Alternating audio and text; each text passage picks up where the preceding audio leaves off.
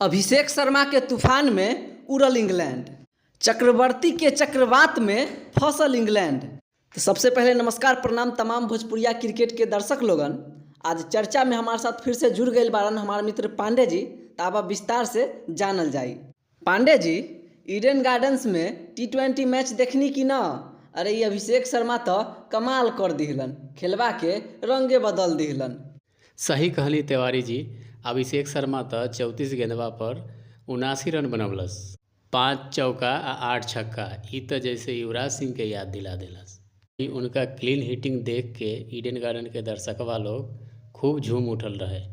रशीद आ बेथल दोनों कैच छोड़लस तो अभिषेक पूरा फायदा उठा लेलन। वरुण चक्रवर्ती के फिरकी के का कहवा पांडे जी? 3 विकेट निकाल के इंग्लैंड के तो कमरे तोड़ देहलन।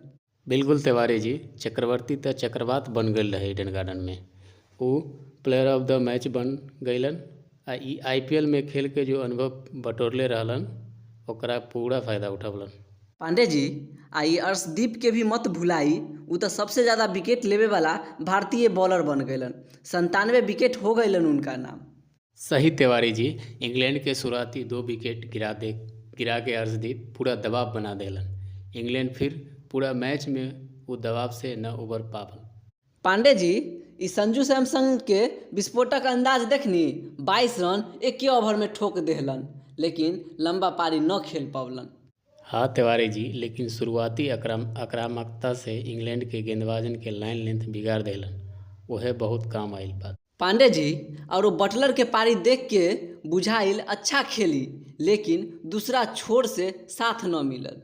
सही कहतानी, 68 रन ठोकलन, लेकिन अकेले लड़त रहलन। अगर साथ मिल गई रही तो इंग्लैंड के स्कोर 160 से 170 तक जा सकत रहे।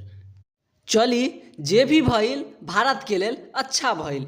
युवा सब मौका के भरपूर फायदा उठैलन। आप लोगन अपन राय कमेंट में बताई आ चैनल के सब्सक्राइब करके अपन सपोर्ट दिखाई। क्रिकेट के हर चर्चा आ अपडेट खातिर यही जगह पर मिलते रही। धन्यवाद।